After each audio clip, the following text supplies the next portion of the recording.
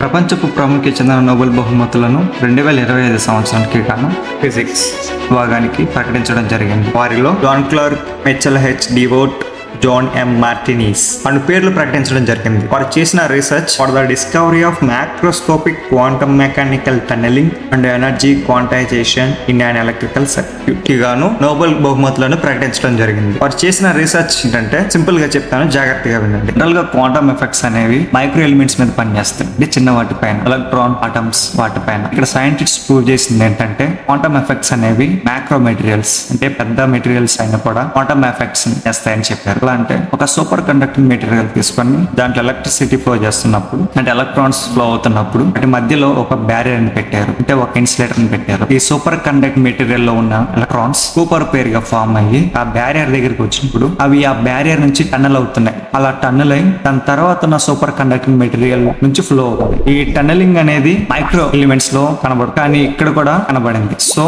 Quantum effects అనేవి micro elements మీద కాదు, మ్యాక్రో ఎలిమెంట్స్ కూడా పనిచేస్తాయి అని ప్రూవ్ చేసినందుకు వాళ్ళకి నోబెల్ ఇవ్వడం జరిగింది. ఈ నోబెల్ ని December 10న ఆల్ఫ్రెడ్ నోబెల్ డెత్ యానివర్సరీ నాడు ఇవ్వడం జరుగుతుంది.